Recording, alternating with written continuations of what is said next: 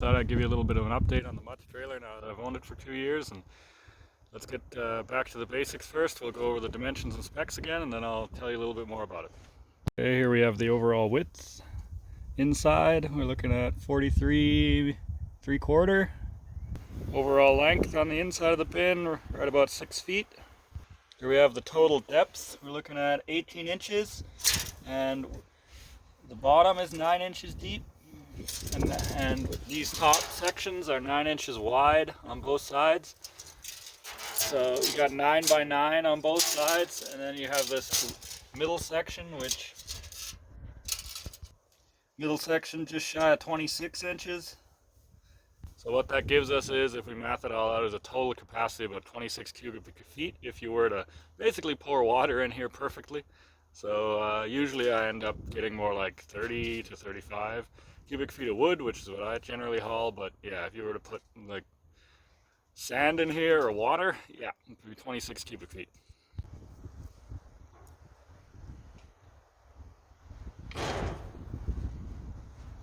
Next thing I want to mention is the hitch setup. So here we are. So this is a standard 2-inch ball. So you can see here, pretty standard trailer setup.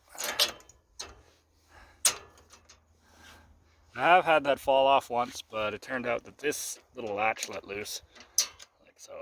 So you gotta make sure that that's in there good. Okay, next item on the list is the trailer jack. I've never actually used this function. I just kind of use it like a stand, because the tongue weight is actually very little on this. I think it's advertised that when it's full it's supposed to be 70 pounds, but obviously that would depend on how you load it. But it is very light, empty, or even with a fair bit of a load on there. So I just kind of use it like a stand. I don't actually jack the trailer up and down with it. I'm only using one hand here, so I probably can't even show this, but one sec. Okay, boom, like magic.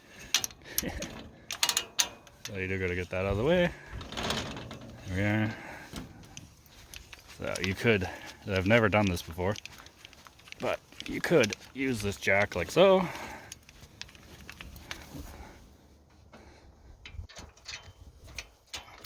It's very hard with one hand.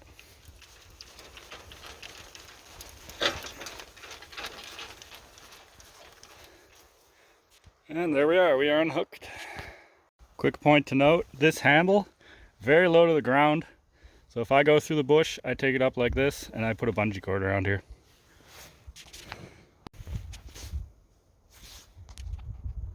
Next item on the list, dump function. So, number one, you have a locking pin here for the dump function, which is very hard to get in with one hand apparently.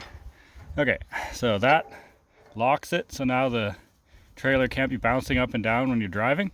I actually put a little bit of tension on this too, just to keep things from clattering around. But anyway, when you want to dump it, you just take the pin out from there, put it up here, so that it's out of your way.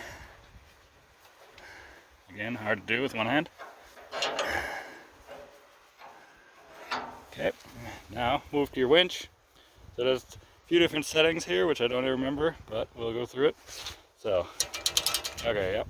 So that's the follower for this direction. Now it won't go this way. So we are hoisting. Now we'll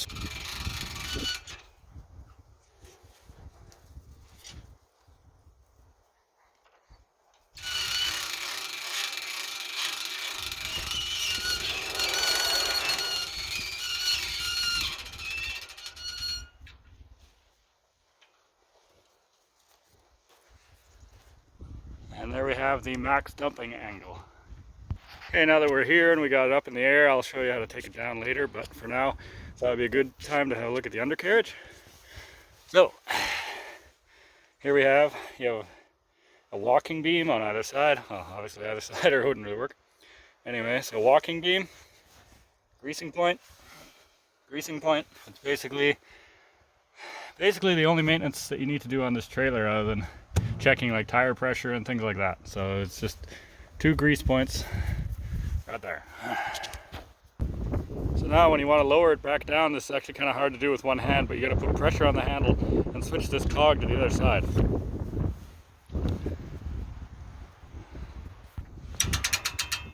So you want to be careful not to let go of this handle, especially if there's still weight in the trailer. Don't ask me how I know that, but it's still going to move even with the cog engaged, and it will smack you really hard.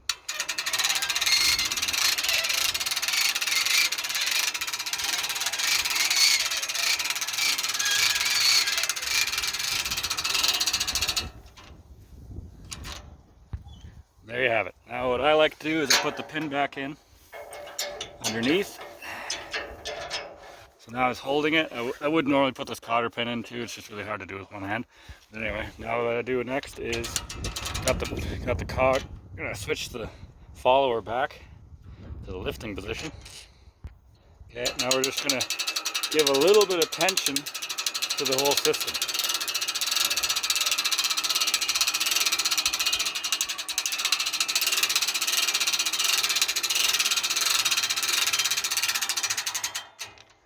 There we have it. So now a little bit of tension on the rope.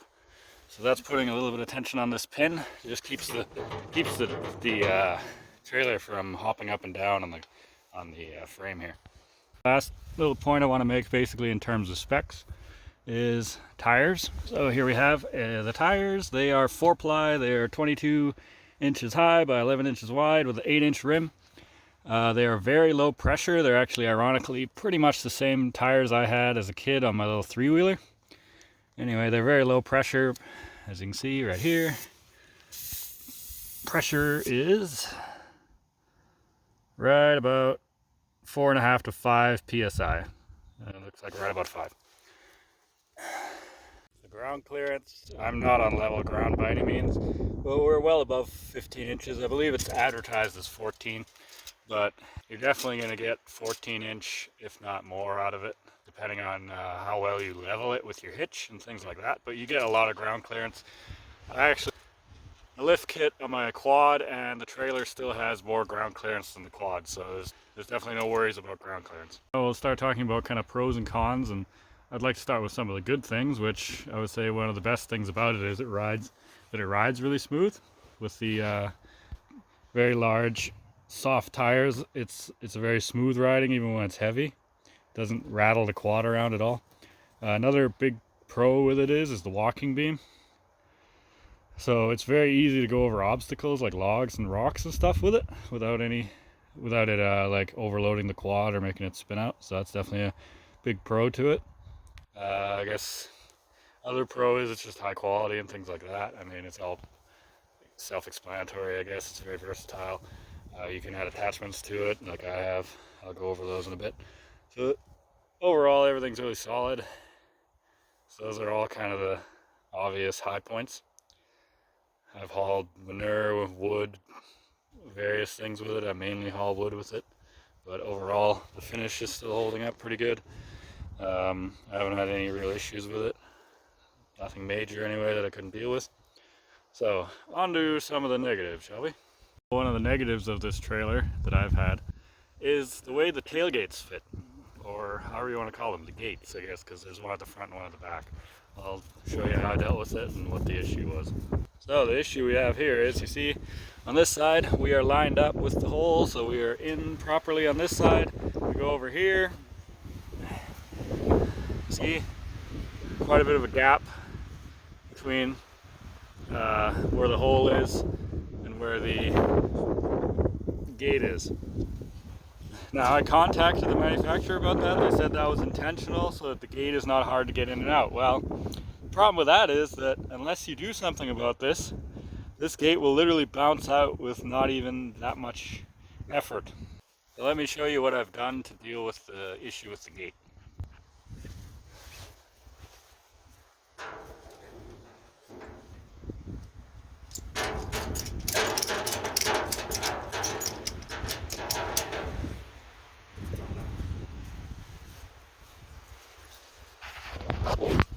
So as you can see now with the ratchet strap here, I've pulled the sides in effectively, and that pinches the gate. So now it has more rigidity, walls aren't going to be moving around, and the gate can't hop out. What I've done on the front, because I don't take my front gate out, I've actually put bolts in and pinned it on both sides. Just gives it more strength, and I don't have to worry about the gate hopping up and down. To talk about, and this is fairly minor, but it's kind of a bonus negative, but it is an accessory. It's not the main trailer. But I ordered the hitch kit for this, which is meant to be a hitch that goes to the back of the trailer, because the trailer actually has a small receiver in the back. And this is what I received. So here we have it. This is meant to be a 2-inch hitch, they call it. Number one, it's not a 2-inch ball, it's 1 7/8. And as you can probably see, this ball is way too close to this receiver. If you take this thing and try to put it on the trailer, so if you actually try to fit this into the trailer, look, see, it's right there. So it's far too close to this rear tailgate for this hitch to clear. Like, you would never have enough room for it to turn or do anything. Second of all, if you look at the way one of these trailer hitches on the actual trailers is made, you'll never even get it on, because it will hit here before it actually goes down into here. It actually won't even clear this angle iron piece and slide onto the ball, because there's not enough clearance. So that was kind of a useless item. I've never been able to use it because of it. In case you're wondering, I did contact the manufacturer about the trailer hitch, and basically what they said was they're aware of the fitment issues, but that it works well enough. So.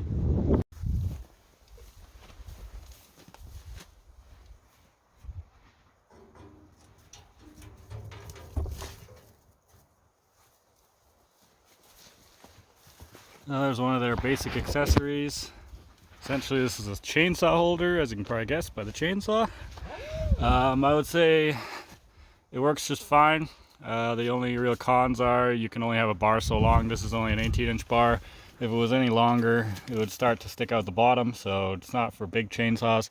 Other con I would say is there's no real padding on here to speak of, so your chainsaw is going to get kind of beat up doing this, especially because it does rattle around unless you strap it in real good. So it's not my favorite thing, but it does work. Second accessory is I don't even know what to call it. They call it a shovel holder, rake holder, whatever. This is actually a debarker, but I have it where you have two stacked on top of each other. You can put it on the top and the bottom. It's kind of handy, but in a way, if you're going to use the dump function, it can actually kind of get in the way and get hit.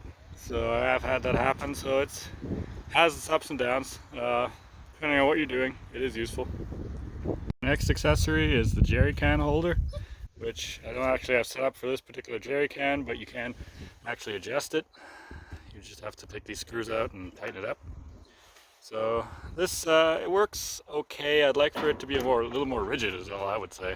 If you have a 10 liter in here and it's full, yeah, I mean, you're not gonna have any problems unless you drive too fast, but it could have had like some kind of secondary bolt maybe, or something, just to keep it from doing this kind of hinging action. I'm not really a huge fan, but it is made well and it does work. But I would like a little more rigidity out of the whole system, but it works just fine.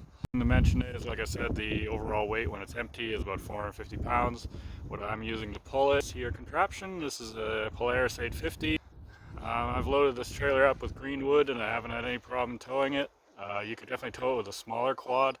I've towed it with a 400 Polaris. It definitely didn't really have any problem with it. I didn't load it as heavy, obviously, but it actually tows quite easily with the walking beam, so I wouldn't worry about getting a great big quad or side by side to pull it. You can pull it with just about anything, especially with the low tongue weight.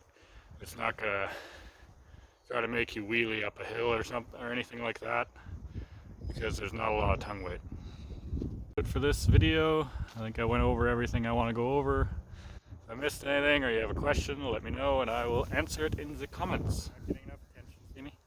See me? See me? Hey, see me? No. We're not going for a ride. No. Down. Hey. Toby. These guys make it really easy to film videos. I only knock my tripod over every couple 10-20 seconds. Yeah? What are you doing?